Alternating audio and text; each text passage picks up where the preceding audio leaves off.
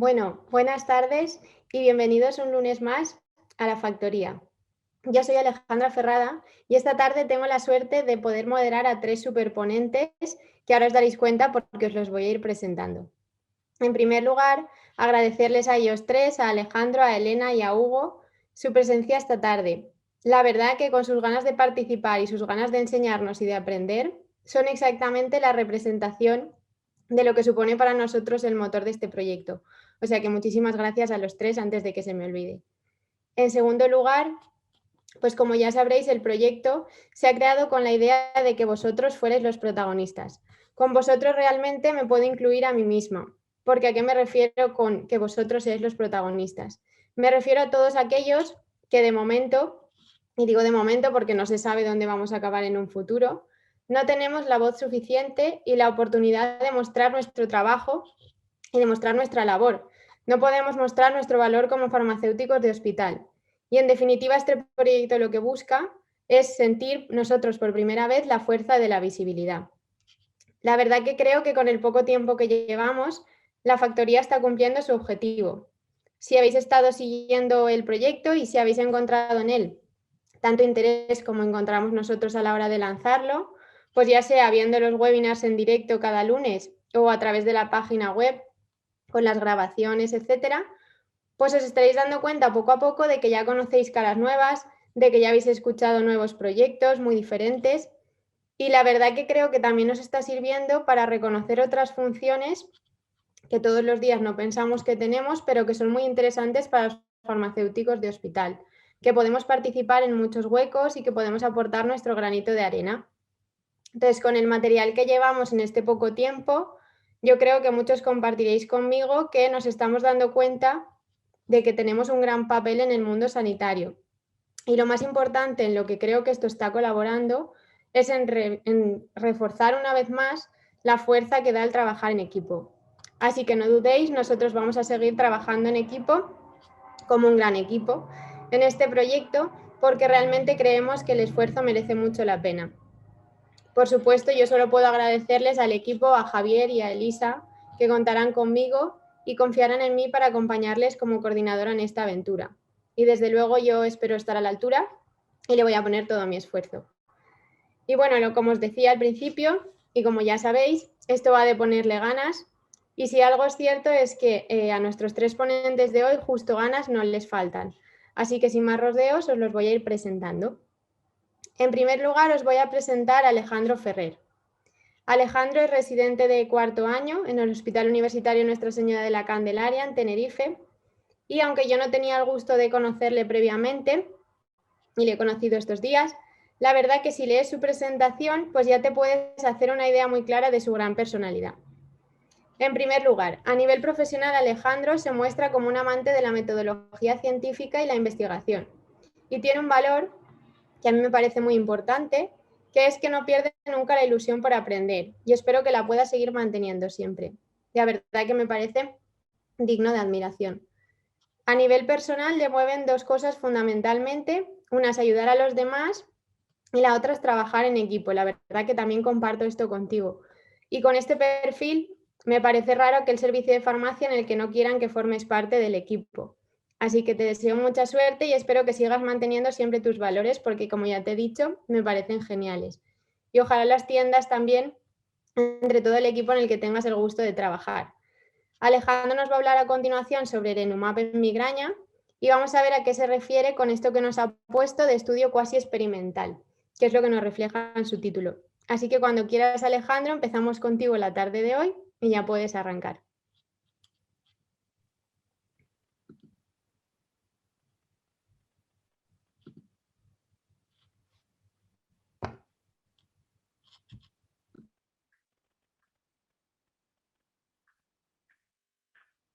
Bien, buenas tardes a todos.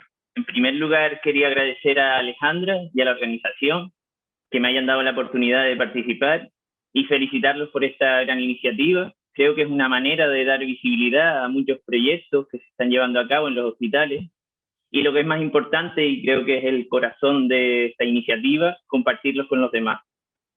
Como bien me ha presentado Alejandra, mi nombre es Alejandro Ferrer Machín. soy residente de cuarto año de farmacia hospitalaria del Hospital Universitario Nuestra Señora de la Candelaria en Tenerife. Y hoy les vengo a hablar de un proyecto de investigación que estoy llevando a cabo con algunos compañeros de servicio y cuyo título es el que ven aquí: Efectividad en práctica clínica real de Erenumab en migraña crónica y episódica, estudio cuasi experimental. Antes de empezar mi presentación, me gustaría comentarles una frase que me dijo una vez mi entrenador de fútbol cuando tenía 16 años. El equipo se encontraba preparándose para una fase de ascenso y era un momento muy importante para el club porque nunca habían ascendido de categoría. Y entonces el entrenador se lo tomó muy en serio y durante 2 semanas nos hizo una serie de ejercicios físicos muy intensos, y mientras nosotros estábamos cansados de hacer abdominales, flexiones, no paraba de repetir esta frase, que era: el trabajo es la base del éxito. Obviamente mi entrenador no sabía cómo iba a marcar a mí esta frase, y es que la he aplicado en todas las etapas de mi vida. Y creo que viene al caso porque cuanto más que en un proyecto de investigación para aplicar esta frase. Pues bien, antes de meterme de lleno en el proyecto de investigación y haciendo alusión a la frase que me dijo mi entrenador, vamos a empezar por la base. Les voy a dar unas pinceladas acerca de la patología que vamos a tratar, que es la migraña. La migraña se define como una cefalea primaria caracterizada por episodios recurrentes de dolor de 4 a 72 horas de duración y que se acompaña de síntomas gastrointestinales y autonómicos. Suele ser una cefalea de intensidad moderada grave, unilateral y pulsátil, y empeora con la actividad física. En función de su frecuencia, la podemos clasificar en migraña episódica, cuando el número de cefaleas es menor de 15 al mes, o migraña crónica, cuando el número de cefaleas es mayor de 15 al mes durante al menos 3 meses, de los cuales 8 son de tipo migrañoso. Según la Organización Mundial de la Salud, la migraña se define como la tercera afección más prevalente y el segundo trastorno neurológico más incapacitante del mundo. Y esta elevada prevalencia tiene sus consecuencias económicas. Y es que, según un estudio de Estados Unidos, la migraña representa unos costes directos e indirectos de 20.000 millones de dólares al año. El tratamiento de la migraña es principalmente de tipo sintomático para los ataques agudos y preventivo. La terapia sintomática varía desde el uso de paracetamol, pasando por los AINES, hasta los triptanes. Y en cuanto al tratamiento preventivo, las guías actuales recomiendan como primera línea el tratamiento con betabloqueantes, como el propranolol, antiepilépticos como el topiramato o el ácido valproico, antagonistas del calcio como la flunarizina o antidepresivos como la nitriptilina, siendo la elección entre uno u otro basándose en las comorbilidades que presenta el paciente. Y como segundo escalón terapéutico, en el caso de migraña crónica, tendríamos la toxina botulínica. Y es en el campo de la migraña, de la prevención de la migraña, donde se están desarrollando nuevas moléculas.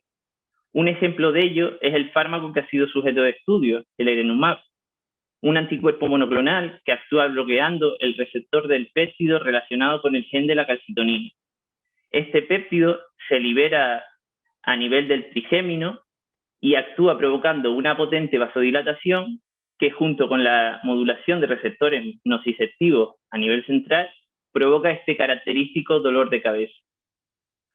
Y hasta aquí esa breve introducción de las que les hablé. Y ahora, volviendo a hacer alusión a la frase que me dijo mi entrenador, vamos a ir al trabajo. Vamos a meternos de lleno en el proyecto de investigación.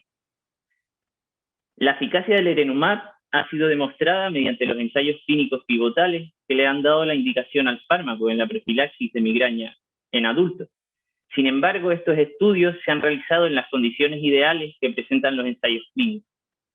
Por ello, con este trabajo, lo que se pretende es evaluar la efectividad en práctica clínica real de Erenumab en migraña crónica y episódica de alta frecuencia, es decir, con más de 8 días de migraña al mes. Para ello nos planteamos la siguiente hipótesis, que dice que los pacientes con migraña episódica o crónica en tratamiento con Erenumab disminuyen los días de migraña al mes tras 3 meses de tratamiento. Para demostrar esa hipótesis se planteó un objetivo primario, que era determinar la reducción de días de migraña al mes tras 3 meses con erenumab 70 miligramos cada 28 días, y unos objetivos secundarios que eran el cálculo de aquellos pacientes que consideraron respondedores, es decir, que te presentaban una reducción de días de migraña al mes mayor o igual al 50% o mayor o igual al 75%, se cuantificó a aquellos pacientes que necesitaron un cambio a erenumab de 140 por falta de respuesta, se estimó la reducción de días de tratamiento para los ataques agudos de migraña al mes, se analizó el impacto del dolor de cabeza en la calidad de vida de los pacientes a través del test INSERI y se evaluó la seguridad del fármaco a través de la incidencia de efectos adversos. Todo ello tras 3 meses de tratamiento. Para llevar a cabo este proyecto, se diseñó un estudio analítico cuasi experimental de medidas pareadas, donde se analizaron las variables antes y después del tratamiento con erenumab. El ámbito del estudio fue un hospital universitario donde yo realizo la residencia, que es el Hospital Universitario Nuestra Señora de la Candelaria, un hospital de tercer nivel asistencial ubicado en Tenerife, una de las Islas Canarias. Y el periodo estimado de estudio fue de 6 meses, desde enero a junio de 2020. Aunque ya les adelanto que se tuvo que retrasar o se retrasó por motivos de los que hablaré más adelante. La población incluida en el estudio eran pacientes entre 18 y 65 años que presentaban 8 o más días de migraña al mes y que habían tenido 3 o más fracasos a tratamientos previos, siendo uno de ellos la toxina botulínica en el caso de migraña crónica. Además, estos pacientes debían haber aceptado su participación en el estudio a través de la firma del consentimiento informado. Se excluyeron aquellos pacientes de edad avanzada que presentaban un índice de masa corporal mayor de 40 kilos metro cuadrado y que tenían antecedentes cardiovasculares de interés. Con todo ello, el tamaño muestral estimado, según el programa estadístico EPIDAT, fue de 54 pacientes. El test estadístico que se usaría para evaluar la variable principal, que recordemos que era la diferencia de días de migraña al mes, sería la t-Student de medidas pareadas, en el caso de que existiese homogeneidad, o sea, normalidad y homogeneidad de varianza, o su alternativa no paramétrica del test de Wilkinson. Y todo ello se analizaría a través del programa estadístico SPSS. En cuanto a las dificultades encontradas en el estudio, destacar principalmente el estado de pandemia por COVID-19, lo que obligó a la realización de entrevistas telefónicas y alargó el tiempo de estudio desde los 6 meses que planteamos hasta casi el año. Y en cuanto a las limitaciones, destacar aquellas asociadas al diseño del estudio, como la no aleatorización de la muestra. Aquí se muestra un flujograma de cómo fue el plan de trabajo.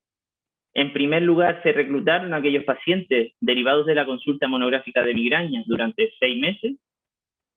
Aquellos pacientes que cumplían con los criterios de inclusión-exclusión, se les daba una cita en la consulta de farmacia hospitalaria y cuando acudían a la consulta de farmacia, se les explicaba en qué consistía el estudio y se les hacía firmar el consentimiento informado, siempre que estuviesen de acuerdo. El estudio consistía en 3 visitas a la farmacia, separadas entre sí 28 días, que coincidía con la siguiente administración de erenumab, donde se formaba a los pacientes sobre la autoadministración del fármaco y además se recogían las variables de interés de la hoja de registro de observación. Después de la tercera visita, se le hacía un seguimiento bimensual al paciente y se procedía al análisis de los datos. Aquí se muestran los resultados preliminares del estudio, donde se analizaron 20 pacientes, de los cuales el 80% eran mujeres, la edad media 49 años y el peso medio de 71 kilos. En cuanto a la variable principal, se consiguió reducir los días de migraña al mes 4,7 días, siendo esta diferencia estadísticamente significativa. El 30% de los pacientes consiguió reducir los días de migraña al mes en una proporción mayor o igual al 50%, y el 5% de los pacientes lo consiguió reducir en una proporción mayor o igual al 75%. Los días de tratamiento activo para la migraña se consiguió reducir 5 días al mes y el 60% de los pacientes necesitó un aumento de dosis a Erenumab de 140 miligramos. En cuanto a los datos comunicados por el paciente, se consiguió reducir 4,3 puntos el test HIT-6, que recordemos que analizaba el impacto del dolor de cabeza en la calidad de vida. Y los eventos adversos más frecuentes fueron estreñimiento en un 50%, síndrome pseudogripal en un 25% y reacciones en el lugar de administración en un 20%. Aquí se muestra de una manera más visual cómo fue esa reducción de los días de migraña al mes, desde el inicio hasta el mes 3. Y con esta diapositiva, mi intención era plasmar en una misma imagen los resultados de mi estudio y los resultados de los ensayos pivotales que le dieron la indicación al fármaco. Obviamente, no se puede hacer una comparación directa porque los diseños fueron distintos, pero me gustaría destacar cómo en mi estudio se consiguió reducir 4,7 días los días de migraña al mes, encontrándose este valor entre los ensayos pivotales, lo cual tiene su lógica porque en mi estudio se analizaban los pacientes con migraña crónica y episódica, mientras que los pivotales se analizaban estos pacientes de manera separada. Además, destacar que en mi estudio el 5% de los pacientes se consideró como respondedor, es decir, se redujeron los días de migraña al mes en una proporción mayor o igual al 75%, mientras que en los ensayos pivotales fue aproximadamente del 20%, hecho que habría que analizar también. Y con todo esto, y sin olvidarnos de que los resultados son preliminares, podemos sacar las siguientes conclusiones. Que la terapia con Erenumab disminuye los días de migraña al mes en práctica clínica real, es decir, Erenumab 70 miligramos cada 28 días. Repito, sin olvidarnos de que son los resultados de este estudio. Esto fue a la par con una disminución del impacto del dolor de cabeza en la calidad de vida de los pacientes y además una reducción de los días de tratamiento con medicación aguda para la migraña. Una proporción considerable de pacientes, un 30%, consiguió reducir los días de migraña al mes en una proporción mayor o igual al 50%, mientras que solo el 5% de los pacientes lo consiguió reducir en una proporción mayor o igual al 75%, que hubo una proporción también considerable de pacientes, un 60%, que necesitó un aumento de dosis a Erenumab 140 miligramos cada 28 días por falta de respuesta, y que en general se consideró un fármaco bien tolerado, ya que los efectos adversos no afectaban a la calidad de vida del paciente.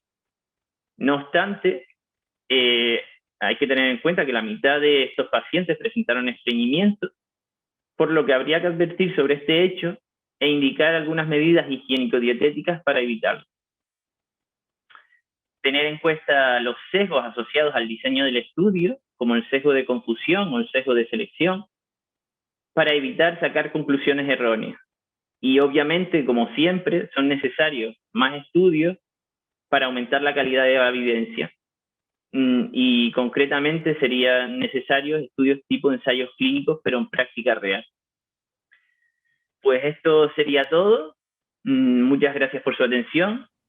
Espero que les haya gustado la charla y si tienen alguna duda, aquí les dejo mi contacto y las preguntas en el debate de después.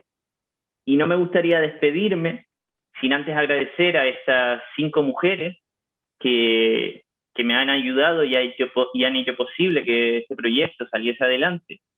Y más un día como hoy, el 8 de marzo, donde se recuerda a la sociedad la importancia de las mujeres y cómo han luchado y siguen luchando para que se recuerden sus derechos. Un saludo.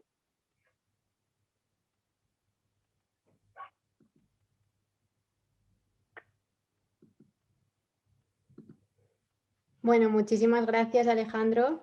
La verdad que ha estado genial la charla, esa despedida también me ha gustado mucho. Y la verdad que una clase magistral sobre migraña a ninguno nos va mal. El estudio, la verdad que lo habéis montado muy bien, está muy chulo. Y la verdad que me acabas de confirmar todavía más lo que decía, de que debe haber empezado la rifa ya, están ahí a ver en qué servicio acabas. Así que nada, muchísima suerte y muchas gracias por tu charla. A continuación, nuestra siguiente ponente, os la presento, es Elena Conesa. Elena es compañera mía de año de residencia y se formó en el Hospital General Universitario Santa Lucía de Cartagena, en Murcia, y actualmente está trabajando en el Hospital de Caridad de Cartagena. Elena se define como una farmacéutica de hospital con dos grandes cualidades. Atención a qué cualidades. Ilusionada y soñadora. Y creo que con estas dos propiedades ya es mucho más fácil llegar donde uno se proponga. Da gusto leer cosas como la que nos ha escrito ella. Nos ha escrito que adora su trabajo y que se levanta cada día con el objetivo de aprender algo nuevo y compartir experiencias y sabiduría. Sabiendo todo esto, Elena, la verdad es que considero que qué suerte tienen tus resis pequeños, porque con este espíritu da gusto trabajar y más con un R mayor así. Y hoy vamos a tener también la suerte de que nos vayas a contagiar un poquito de todo esto por aquí. Elena destaca entre las cosas que más le gustan de la farmacia hospitalaria, la nutrición, la oncología y la farmacocinética. Y la verdad que si ya con lo previo me había ganado, no sé qué decir de esta frase, no puedo compartir más este pensamiento contigo. Ella considera que nuestra profesión es vital en la atención integral del paciente y que debemos caminar todos juntos, porque así podremos asegurar, mejorar y mantener la salud de nuestros pacientes. La verdad es que yo también lo considero, somos un pilar fundamental y lo único que falta es que cada uno lo reforcemos aportando lo mejor de nosotros mismos. Yo estoy segura de que por su actitud y por su sonrisa, Elena ha venido hoy a dar lo mejor de sí misma. Ella nos va a hablar sobre la descompensación y el abordaje de la acidemia propiónica, así que es tu turno, Elena, y cuando quieras puedes empezar.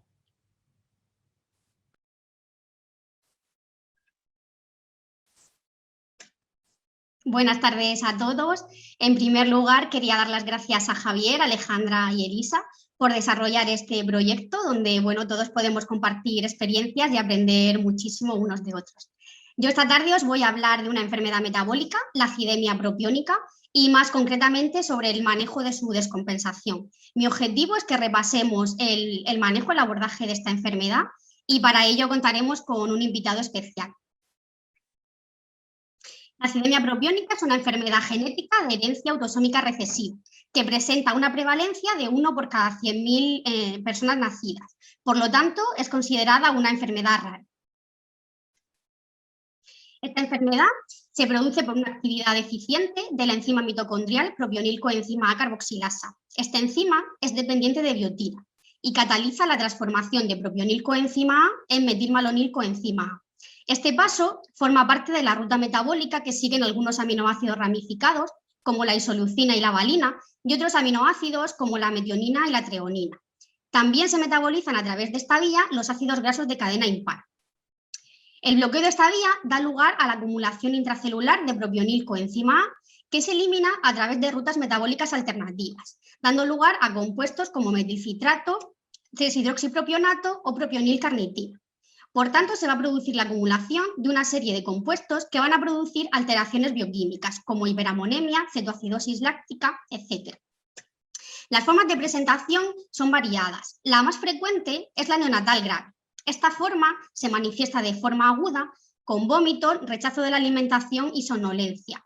Si no se instaura tratamiento desde un principio, pues va a evolucionar con letargia, convulsiones, coma e incluso la muerte del paciente. La forma aguda intermitente de comienzo tardío se caracteriza porque los síntomas aparecen posteriormente al primer mes de vida. La clínica es fundamentalmente neurológica y va a cursar con episodios recurrentes de alteración variable del nivel de conciencia, así como convulsiones y trastornos del movimiento. La forma lentamente progresiva también es de comienzo tardío, presenta una sintomatología crónica inespecífica como retraso del crecimiento, hiporexia, vómitos, ataxia y desarrollo psicomotor deficiente. Los pacientes que presentan esta enfermedad, la acidemia propiónica, pueden presentar descompensaciones agudas que generalmente ocurren en los primeros años de vida, pero como ahora después veremos no siempre es así. Estas descompensaciones van a cursar con encefalopatía, convulsiones e incluso coma, y se van a desarrollar generalmente en situaciones de estrés catabólico. El tratamiento crónico de la enfermedad se va a instaurar en el momento de estabilidad crónica y debe ser individualizado. Dependerá de la edad del paciente, el número de descompensaciones que presente, la tolerancia a las proteínas y el estado nutricional. Es muy importante a nivel nutricional la restricción proteica, limitando así la cantidad de aminoácidos que se van a metabolizar por esta vía que hemos comentado que está bloqueada. Las proteínas deben suponer un 10% del valor calórico total y se deben administrar proteínas naturales y proteínas a través de preparados nutricionales exentos de estos aminoácidos restringidos. El aporte de las grasas debe ser un 50% del valor calórico total y el de los hidratos de carbono un 40%. Es importante evitar situaciones de ayunos prolongados, ya que esto va a producir estado catabólico que puede desencadenar una descompensación. El tratamiento farmacológico consiste en la administración de metronidazol de forma cíclica y el objetivo de esto es evitar la producción de ácido propiónico por las bacterias anaerobias intestinales. También se utiliza L-carnitina como detoxificador de grupos propiónicos, liberando el coenzima A y restaurando así la síntesis de ATP. El trasplante hepático se considera, pero solamente en los casos en los que las descompensaciones son muy frecuentes y no se manejan bien con el tratamiento habitual. Y bueno, y como estamos viendo, pues el tratamiento de esta enfermedad no es fácil, es de por vida y aunque sabemos que es la dirección correcta, pues los pacientes no siempre lo llevan a cabo adecuadamente. En ocasiones ocurren situaciones como ayunos prolongados, ejercicio físico intenso o incumplimiento dietético, que va a desencadenar descompensaciones metabólicas. Y esto es lo que le ocurrió a nuestro paciente, que vamos a llamar Sebastián, y que va a ser el protagonista del resto de la sesión, permitiéndonos así ilustrar el manejo de estas descompensaciones. Sebastián es un chico de 18 años de edad que presenta acidemia propiónica, diagnosticada a los 7 meses, ingiere dieta por vía oral, pero es portador de una PEG para la administración de suplementos nutricionales. Tiene hipotiroidismo y es fumador. Y presenta estabilidad clínica desde hace 9 años. El paciente se encuentra estudiando a pesar de que presenta problemas cognitivos y de aprendizaje y un comportamiento infantil. Su tratamiento consiste en la administración de preparados nutricionales exentos de los aminoácidos restringidos y otros exentos totalmente de proteínas y aminoácidos que utiliza como alternativa a la leche. A nivel farmacológico toma carnitina, biotina, ubidecarenona, levotiroxina y metronidazol, este último los 5 primeros días de cada mes. El paciente acude a urgencias de nuestro hospital porque presenta vómitos ocasionales que no han cedido a pesar de instaurar las medidas habituales, que consisten en limitar aún más el aporte proteico e hidratación abundante. Presenta deterioro del nivel de conciencia y somnolencia, que progresa a estupor. Y bueno, en cuanto a la exploración física, podemos destacar una frecuencia cardíaca elevada, el paciente se encuentra comatoso, un Glasgow de 3,15 y dado el nivel de conciencia, pues se procede a intubación orotraqueal. Bueno, decir que el paciente nos comenta y los familiares que los días previos había descuidado la alimentación, sobre todo los horarios, y había realizado ejercicio físico. Y bueno, que el paciente sigue su enfermedad en el Hospital 12 de Octubre en Madrid, y en el momento del ingreso pues se desconoce el tipo de metabolopatía que presenta, ya que no aportan informes ningún tipo de información. A nivel analítico, bueno, pues en la gasometría arterial podemos destacar una PCO2 de un bicarbonato disminuido y un lactato aumentado. A nivel bioquímico presenta elevación de glucosa, urea, creatinina, sodio y también una elevación del nivel de amonio. Y bueno, una vez que el paciente es estabilizado en urgencias, se decide ingreso en UCI. El paciente, por tanto, presenta una descompensación de la acidemia propiónica con hiperamonemia, acidosis láctica, disfunción renal aguda y deshidratación. En UCI, Sebastián se mantiene conectado a ventilación mecánica y el tratamiento inicial consiste en sueroterapia, nutrición enteral y parenteral. Se inicia heparina de bajo peso molecular, ranitidina, continúa con levotiroxina y ubidecarenona tal y como lo tomaba de forma crónica, insulina según las glucemias, pasta orofaríngea, así como fentanilo y propofol. Y bueno, de forma conjunta, el servicio de medicina intensiva y el servicio de farmacia optimizamos el tratamiento para corregir esta descompensación. En primer lugar, lo que hicimos fue suspender la nutrición enteral y parenteral, dado que en esta situación estaban contraindicadas. Se inició suero glucosado al 10% y suero hiposalino debido a la hipernatremia. También iniciamos carnitina, biotina, L-arginina e hidroxicobalamina. Y para el tratamiento de la hiperamonemia se utilizó N-carbamilglutamato y fenilbutirato. Al día siguiente, dado que el nivel de amonio no descendía, se asoció benzoato. Y bueno, durante el ingreso en UCI, el paciente presenta un empeoramiento clínico con acidosis láctica e insuficiencia renal anúrica, por lo que se inicia hemodiafiltración venovenosa continua. Evoluciona hacia un síndrome de disfunción multiorgánica, por lo que es necesario reiniciar sedación y analgesia. El día +3, para garantizar el aporte calórico, se intenta administrar nutrición enteral a través de la PEG, pero no lo tolera. Y bueno, al día siguiente pues, se prepara una nutrición parenteral individualizada con un aporte mínimo de proteínas, que junto al suero glucosado aporta unas 1.900 kilocalorías. Este aporte calórico es insuficiente en esta situación, donde los requerimientos del paciente estaban en torno a unas 2.200 kilocalorías. Bueno, el nivel de amonio comienza a descender y en este momento ya se conoce el tipo de aciduria que presenta el paciente, que es una acidemia propiónica.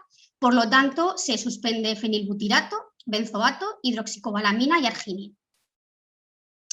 El día +7, dada la necesidad de aumentar el aporte calórico y la imposibilidad de hacerlo a través de la nutrición parenteral por problemas de estabilidad, pues se intenta de nuevo tolerancia por vía digestiva, pero no es posible debido a que presentaba diarrea y un débito muy alto. Por tanto, se decide la administración de solución lipídica por vía periférica, alcanzando así ya unas 2.100 kilocalorías diarias. El día +10, por fin se inicia tolerancia por vía digestiva y para ello se utiliza un preparado nutricional exento de aminoácidos y proteínas. Días más tarde, el paciente presenta estabilidad clínica y un nivel de amonio adecuado, por lo que se suspende N-carbamilglutamato y se modifica la nutrición enteral a un preparado con contenido proteico pero exento de los aminoácidos restringidos. El paciente evoluciona favorablemente con mejoría a nivel renal, a nivel hemodinámico y respiratorio y el día +41 pues es posible ya suspender la nutrición parenteral. El día +50 se traslada a planta, donde se recupera de forma satisfactoria y es dado de alta el día +63. Y por si todo esto era poco, pues durante estos 50 días que el paciente permanece en UCI, presenta una serie interminable de complicaciones y algunas de ellas son pues descompensación cardíaca secundaria subprofundo, una hemorragia digestiva, y a nivel infeccioso pues presenta bacteriemia por Enterococcus faecium, que se trata con vancomicina según monitorización farmacocinética, una infección del tracto urinario por E. coli, que manejamos con ciprofloxacino, y una infección por Candida tropicalis, que tratamos con caspofungina seguido de fluconazol. No existe un límite de edad para el desarrollo de las descompensaciones metabólicas, aunque es cierto, y como he comentado antes, son más frecuentes en los primeros años de vida. Los desencadenantes son muy numerosos, incluso de origen psicológico, y no siempre es posible determinarlos. Los pacientes que presentan acidemia propiónica se encuentran en una situación de riesgo constante de presentar una descompensación grave. Y los desencadenantes, pues como ya he dicho, son muy numerosos y entre ellos pues podemos destacar fiebre, intervenciones quirúrgicas o ayunos prolongados. Y pues en este caso parece ser que la descompensación estuvo desencadenada por ayuno prolongado sumado a la realización de ejercicio físico intenso. Cuando se produce una descompensación grave es muy importante suspender el aporte proteico, revertir el catabolismo e iniciar tratamiento detoxificador. Se recomienda aumentar el aporte energético un 25 o 30% sobre los requerimientos habituales, iniciar suero glucosado al 10% y si existe hiperglucemia, no suspender nunca la glucosa, sino que se debe iniciar insulina. Y es muy importante también que el reinicio del aporte proteico se haga en las primeras 24 o 36 horas. La hiperamonemia va a ser la causante de las lesiones en fase aguda, por lo tanto es muy importante iniciar un tratamiento precoz e intenso. Las recomendaciones cuando los niveles de amonio se encuentran entre 50 a 150 micromoles litro son mantener el tratamiento farmacológico habitual del paciente e iniciar N-carbamil glutamato, una dosis de 100 miligramos kilo dosis única, seguido de 100 miligramos kilo día repartido en 4 dosis. Si los niveles de amonio se encuentran muy elevados, superior a 400 micromoles litro o superior a 200 en el caso de niños mayores y adultos, se recomienda hemodiálisis o hemofiltración extracorpórea. Como tratamiento coadyuvante se utiliza L-carnitina y biotina. Y bueno, como resumen, el manejo de la descompensación metabólica en este paciente pues fue el siguiente. En primer lugar, utilizamos N-carbamil glutamato, que es el tratamiento de elección, y asociamos los tratamientos coadyuvantes, L-carnitina y biotina. También utilizamos fenilbutirato, benzoato, hidroxicobalamina y L-arginina. Y esto fue debido, por un lado, a los niveles de amonio elevados que no descendían y, por otro, a que en ese primer momento pues, desconocíamos el tipo de metabolopatía que presentaba. Y bueno, estos tratamientos pues, se suspendieron los primeros días. A nivel nutricional, como hemos comentado, se suspendió el aporte proteico. En nuestro caso fue durante 48 horas. Días más tarde se intentó reiniciar la nutrición enteral sin éxito, por lo que se preparó una nutrición parenteral muy restringida en proteínas. Y para su preparación, pues lo que hicimos fue seleccionar el preparado de aminoácidos que presentaba menor contenido en estos aminoácidos restringidos. Y lo que hicimos pues, fue evaluar los preparados nutricionales que teníamos en el servicio en ese momento, seleccionando el más óptimo. Al final conseguimos reintroducir la nutrición enteral e ir progresivamente disminuyendo la parenteral, hasta finalmente poder restablecer la ingesta por vía oral. Y bueno, pues con este caso clínico yo quería poner en valor la importancia del farmacéutico en el manejo de patologías complejas y poco frecuentes como son las descompensaciones de enfermedades metabólicas. Para llevar a cabo el abordaje adecuado del tratamiento, pues es muy importante que la toma de decisiones se lleve a cabo de forma multidisciplinar. También quería resaltar la importancia de la colaboración interhospitalaria, que nos permitió, en este caso, obtener información detallada de la enfermedad metabólica que presentaba el paciente. Y bueno, pues todo esto permitió llevar a cabo una optimización del tratamiento farmacológico y nutricional de la descompensación y también de las complicaciones. Y bueno, ya quería finalizar con este proverbio africano que me gusta mucho, que refleja la importancia de caminar juntos para llegar muy lejos. Y nada más. Muchas gracias a todos.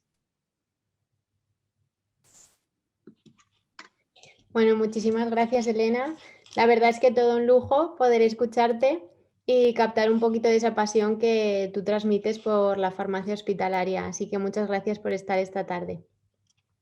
Y bueno, por último, nos queda presentar a nuestro tercer ponente de esta tarde. Él es Hugo Ribes. Hugo se formó en el Hospital Universitario y Politécnico La Fe, donde actualmente trabaja. Y como él dice, sigue teniendo la suerte de poder seguir disfrutando y aprendiendo de la maravillosa aventura que es la farmacia hospitalaria.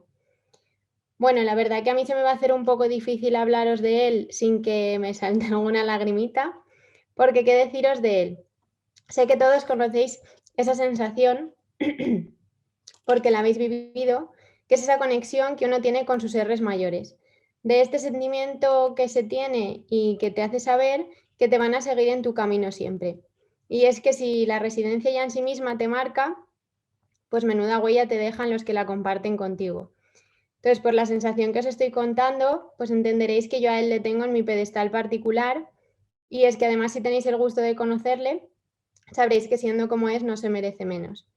Así que de todas formas voy a intentar ser fiel a cómo él se presenta, y es que él confía en 3 pilares fundamentales a nivel profesional y para la vida en general. Esos 3 pilares son compromiso en cada uno de sus pasos, alegría porque no podría ser de otra forma, y humildad para aprender, para enseñar y también para todo lo demás. Y la verdad que qué mejor manera de afrontar la vida que con la frase que él añade: ante los nuevos retos, nuevas ilusiones. Y es cierto que ante lo nuevo que nos vaya surgiendo y se nos vaya abriendo camino, tenemos que intentar ilusionarnos, y la verdad que así todo sale mucho mejor adelante. Así que con esa ilusión y esa alegría que nos refleja en su presentación y que conocemos los que tenemos la suerte de tenerle cerca, vamos a proceder a su charla sobre la vacuna Sputnik a ver qué nos descubre. Así que, Hugo, cuando quieras, el tiempo es tuyo.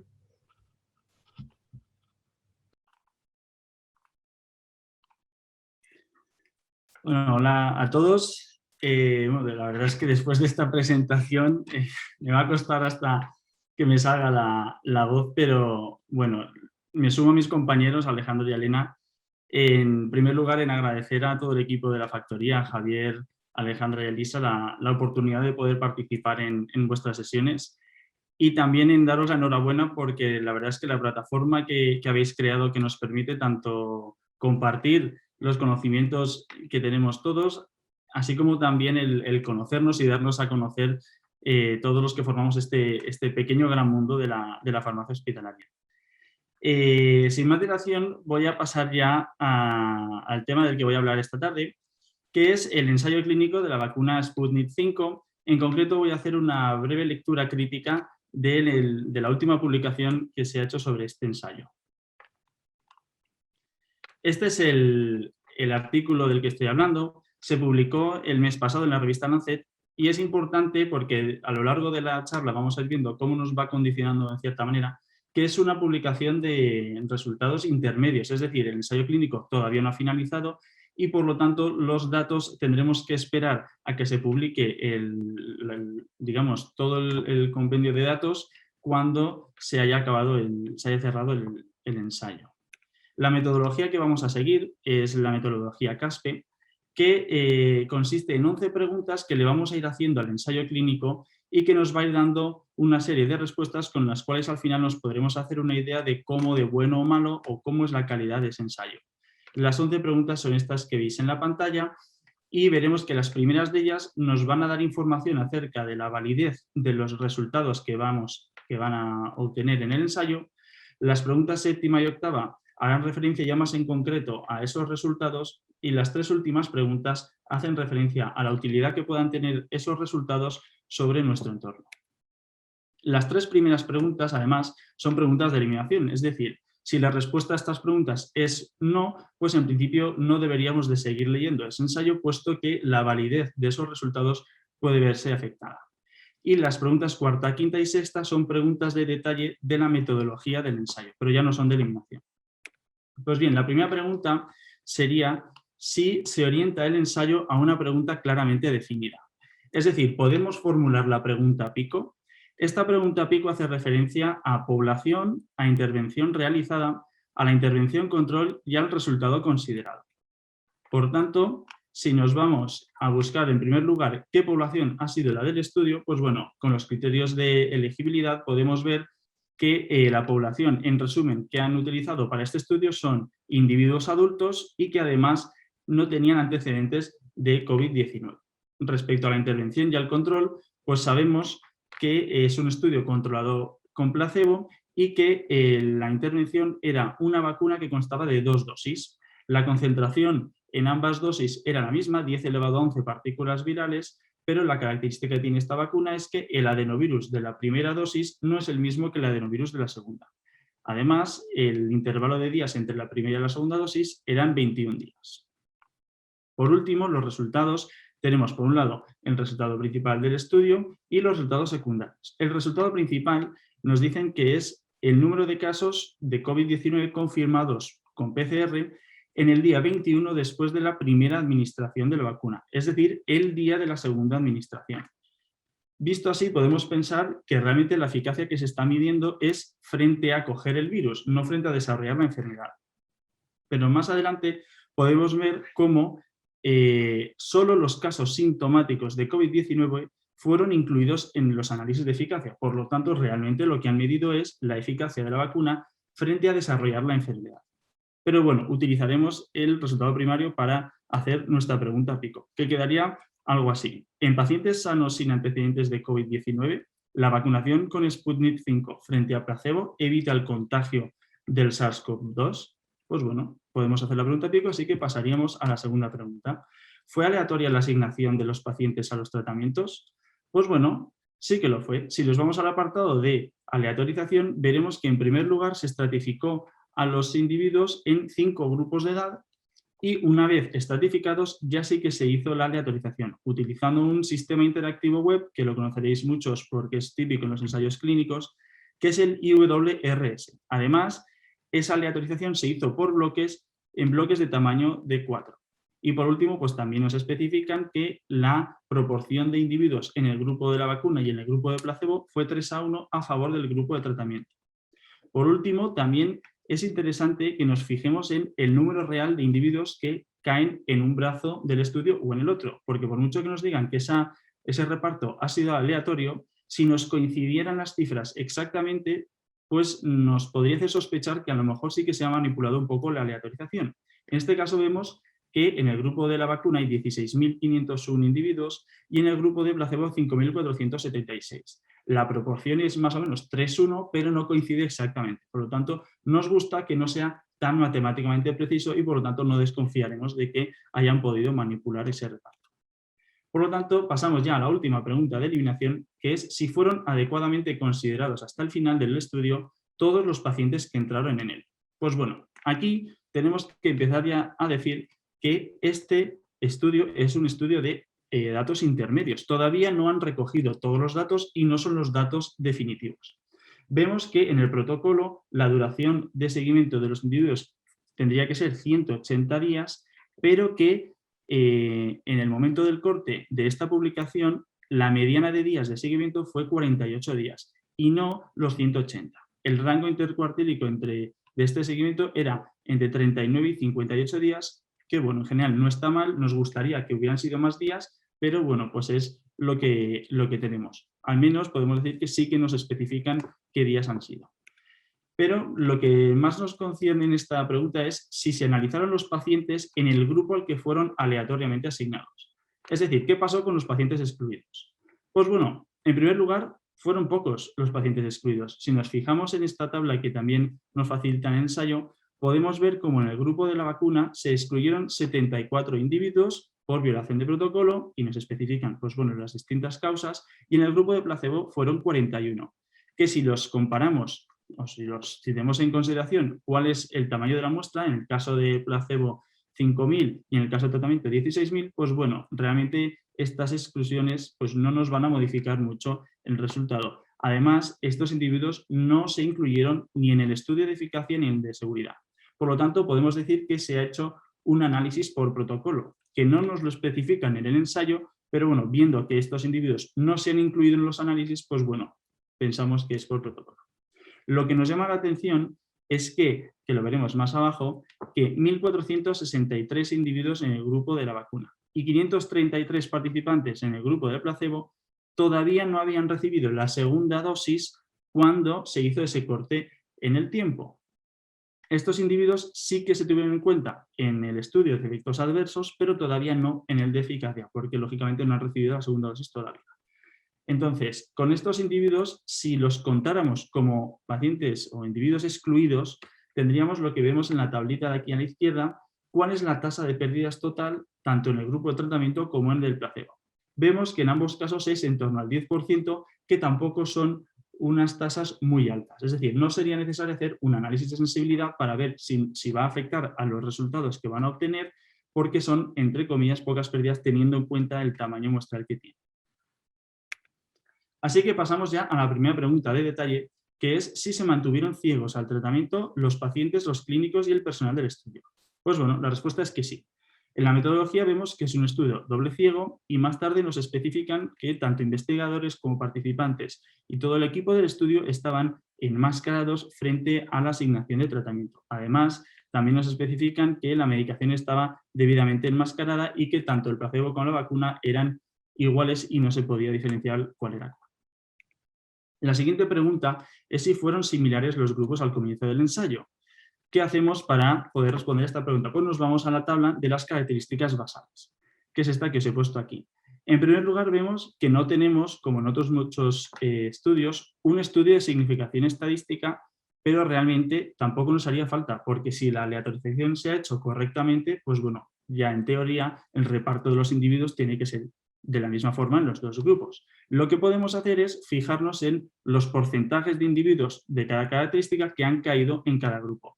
Y vemos que apenas hay diferencias. De hecho, esos porcentajes son casi idénticos. Por lo tanto, sí, fueron similares los dos grupos.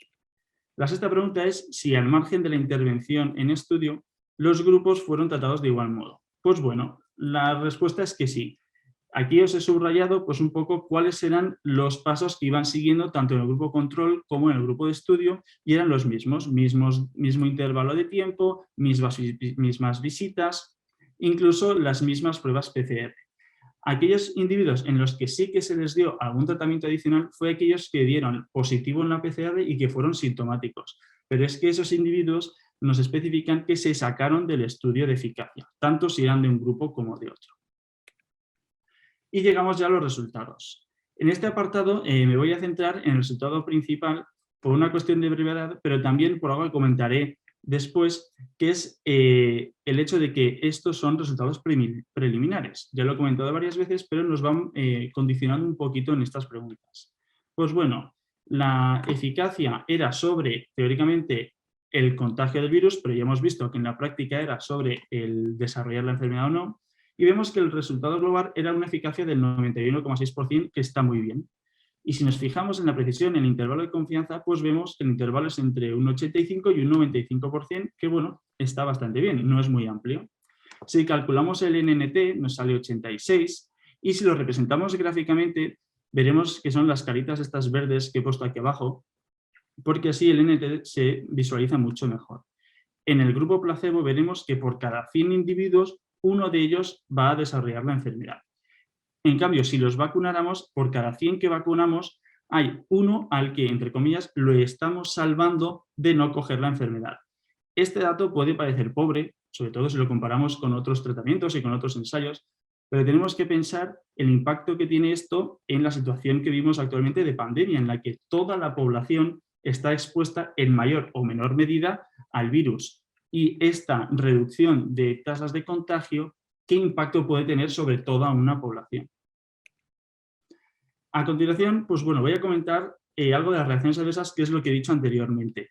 Este es un estudio preliminar y lo que nos dicen es que no nos dan datos de incidencia de reacciones adversas leves por grupo de estudio. Es decir, sí que nos dan el número de eventos, pero no sabemos qué porcentaje de participantes del grupo de la vacuna tuvieron reacciones adversas leves y qué porcentaje tuvieron reacciones adversas leves del grupo placebo. Sí que nos dan este dato para las reacciones adversas graves, que es un 0,3% en el grupo de la vacuna y un 0,4% del grupo placebo.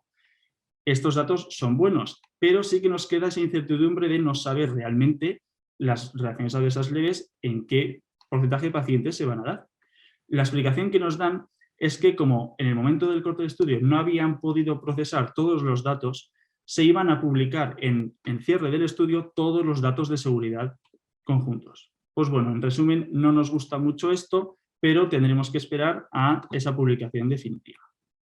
Pasamos ya a las preguntas de aplicabilidad, que son las últimas, y la primera es si pueden aplicarse estos resultados en nuestro medio o población local.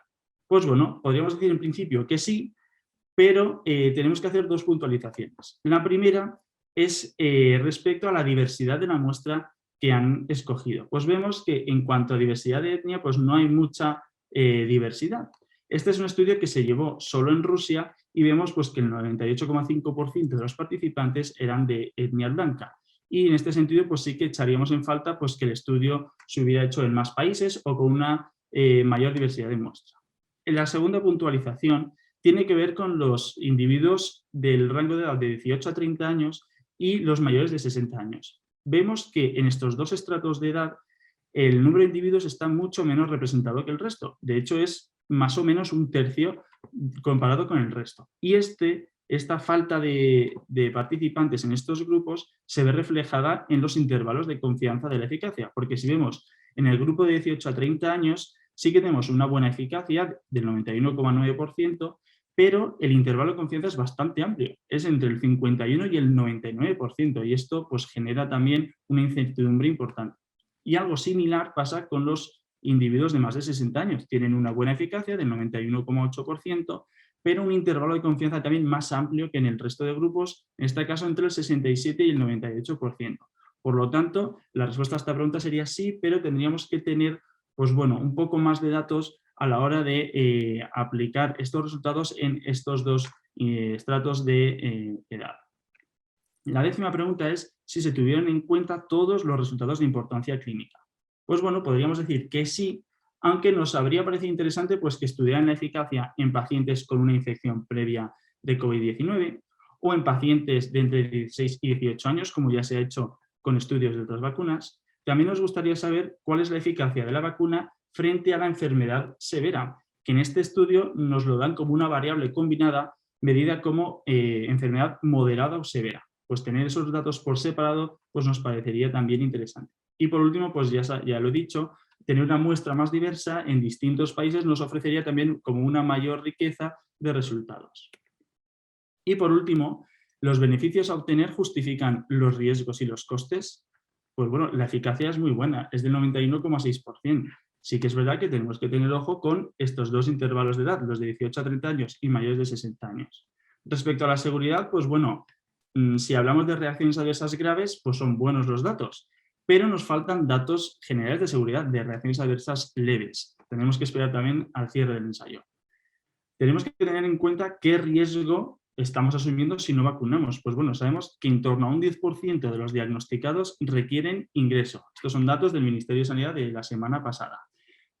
Además, estamos viendo tanto en televisión como en internet, en todos los medios de comunicación, que parece ser que la vacunación masiva de la población está teniendo efectos positivos sobre la transmisión. Es decir, el no vacunar también estaríamos perdiendo un poco la batalla en respecto a la transmisión. El precio de la vacuna todavía no se sabe, desde luego no está financiado en este país y tampoco está aprobado por la Agencia Europea, pero parece ser que va a ser en torno a 8 euros por dosis, que no está nada mal. Y por último, pues bueno, también tendríamos que asumir los costes derivados de la pandemia, tanto económicos como sociales, que todos ya conocemos. Por lo tanto, la respuesta a esta pregunta sería que sí, pero que tendríamos que revisar algunos datos de seguridad. Las conclusiones serían, pues en primer lugar, que el diseño del ensayo es correcto, aunque podrían haberse habido algunos resultados de interés. También encontramos una falta de diversidad en la muestra y de cantidad en algunos estratos de edad, en los jóvenes y los adultos mayores, pero tiene una buena eficacia y necesitamos un poquito más de información sobre seguridad. Tendremos que esperar a esa publicación final. Así que, en resumen, pues cautela, no son datos definitivos, pero esperaremos a esos datos finales y preferiblemente, por supuesto, datos en vida real. Y nada, esto ha sido todo, así que muchas gracias.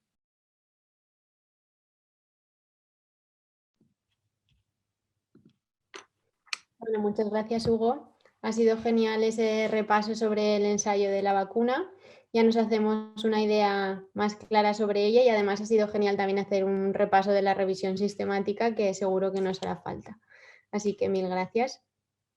Y bueno, si os parece, ahora que hemos acabado las 3 ponencias, vamos a proceder a las preguntas. Ya para terminar, tengo aquí unas preguntas para vosotros. Entonces, si os parece, las hacemos en el orden en que habéis ido dando las ponencias. Entonces, en primer lugar, una pregunta para Alejandro. A ver, yo creo que va a ayudar mucho a tus compañeros después de ver tu charla, si les has inspirado a desarrollar algún tipo de proyecto, que seguro que sí. Pues todos aquellos que como tú quieran probar a hacer un proyecto de investigación y no tengan muy claro por dónde empezar, ¿les podrías decir qué trámites son necesarios para llevarlo a cabo, para iniciar un proyecto de este tipo? Bueno, en primer lugar, felicitar a mis compañeros, unas charlas geniales. Y sí, digamos que lo que yo hice es el trabajo de campo, desarrollar el proyecto de investigación, pero la parte de campo.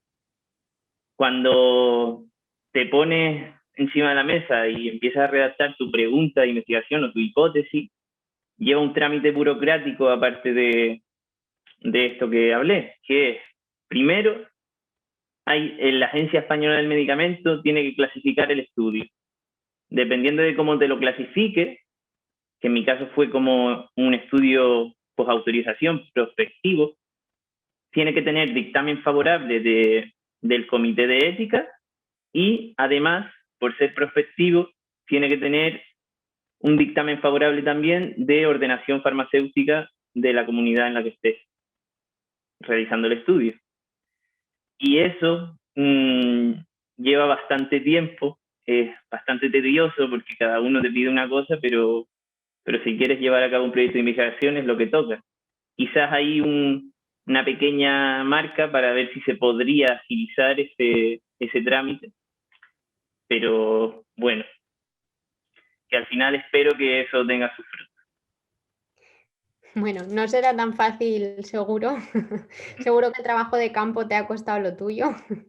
Pero bueno, también les has dado tus datos al final de la charla, o sea que si alguno tiene mucho interés y va a hacer algo parecido, yo creo que te puede preguntar y seguro que le sirves de mucha ayuda. Muchas gracias, Alejandro. Nada. Bueno, es el turno de Elena. A ver, esta pregunta para ti. Ya que tú nos has hablado de cómo tratar la descompensación de la acidemia propiónica, y en muchos hospitales se tratan muchos tipos de metabolopatías, ya sean más grandes o más pequeños. En el hospital, vosotros, ¿cómo controláis la gestión del stock que nos has estado comentando que se utiliza para tratar esta descompensación? A ver el micro. Vale. Bueno, pues en este caso la verdad es que no tuvimos ningún problema. Disponíamos de todos los medicamentos que se utilizaron en el tratamiento de este paciente. Y bueno, en el servicio de farmacia pues disponemos de un stock de estos fármacos que se utilizan para el tratamiento de metabolopatías. Pero bueno, pues como suele ocurrir, el paciente ingresó un fin de semana, concretamente un viernes por la noche. Y bueno, pues toda la gestión inicial pues se llevó a cabo durante la guardia. No son cosas que siempre ocurren. Y bueno, y es cierto que aunque disponíamos de todo, como he comentado, el paciente tenía 18 años y pesaba 55 kilos. Y claro, pues las dosis utilizadas eran muy elevadas en comparación con las dosis habitualmente utilizadas en pacientes neonatos. Entonces, pues es verdad que fue muy importante la gestión diaria prácticamente de todo el estocaje porque se consumía, vamos, el consumo era brutal. Y bueno, es verdad que se llevó a cabo de forma, la verdad, que muy adecuada. Y bueno, y decir también que gracias a esta gestión, pues se pudo llevar a cabo la optimización del tratamiento que he comentado, que muchas veces nosotros mismos los farmacéuticos nos olvidamos un poco de esa gestión y de esa labor tan importante que hacemos, porque bueno, pues generalmente a todos nos gusta más, como yo decía, la farmacocinética o la nutrición o la oncología, pero en todos los campos, no solo en el de las metabolopatías, es súper importante llevar a cabo un adecuado control del stock y mucho más en enfermedades, pues eso, poco frecuentes como pueden ser las metabolopatías. Es verdad que aunque tengas un botiquín preparado, siempre ocurre que es en la guardia, en el peor momento, y que el paciente pesa más de lo que tienes listo para administrar y que hay que redosificar ya. Y la verdad que ahí hacemos un papel muy importante. Nada, muchas gracias por además repasar la faena. Y bueno, en último lugar, Hugo, para ti, como no podría ser de otra manera, y seguro que más de uno se lo está preguntando a sí mismo, con los datos que ya hay disponibles, ¿tú te pondrías la vacuna? Pues ahora mismo yo creo que esperaría. A ver, eficacia buena es. Y lo que pasa es que sí que es verdad que por un lado yo estoy en uno de esos dos intervalos de edad, no voy a decir mi edad, pero estoy en uno de esos intervalos en los que falta un poquito de población, un poquito de muestra, perdón. Entonces, pues bueno, no creo que sean malos los resultados de seguridad, la verdad. Pero yo creo que sí, que es una buena opción. De hecho, lo vi, creo que fue justo el jueves pasado, salió una nota de la Agencia Europea que están haciendo ya un rolling review de esta vacuna y es lo mismo que hicieron anteriormente con Pfizer, con Astra, o sea que no me extrañaría que no voy a decir cuánto, unas semanas, pocos meses, tengamos la vacuna ya en Europa comercializada, no sé si en España, pero sí por aquí. Y bueno, desde luego, no sé, si los datos de seguridad no son malos, que yo creo que no lo serán, pues es una buena opción. Además, económicamente sale muy bien. Lo que yo no sé es qué capacidad tendrán para fabricar en masa, porque hasta donde sé, se están fabricando en Rusia, pero se están fabricando, y no sé si en China también, pero no mucha cantidad. Entonces, bueno, me he enrollado un poco, pero yo creo que sí que me vacunaría, pero me esperaría un poquito. Vale, perfecto. Hombre, yo creo que si alguno se va a vacunar antes se verá la sesión y así ya se hace una idea y y a ver si lo convences. Bueno, chicos, pues muchísimas gracias por esta tarde. La verdad, para mí ha sido una tarde muy productiva. Hemos aprendido cosas muy interesantes. Los tres habéis sido unos ponentes de 10, yo no esperaba menos de vosotros. Y bueno, a los que habéis compartido la tarde con nosotros, pues espero que os haya resultado igual de amena y enriquecedora que a mí. Y recordaros que los vídeos de los tres ponentes estarán en la página web, en lafactoría.com, mañana o el miércoles, así que podréis disfrutar de cualquiera de las charlas tantas veces como queráis. Y por supuesto también tened en cuenta, si os ha gustado la experiencia, queréis compartirla con nosotros, estar aquí y ser ponentes, que yo creo que es una experiencia muy chula. Tenéis la oportunidad. En la página web podéis acceder a toda la información y os podéis poner en contacto fácilmente con nosotros.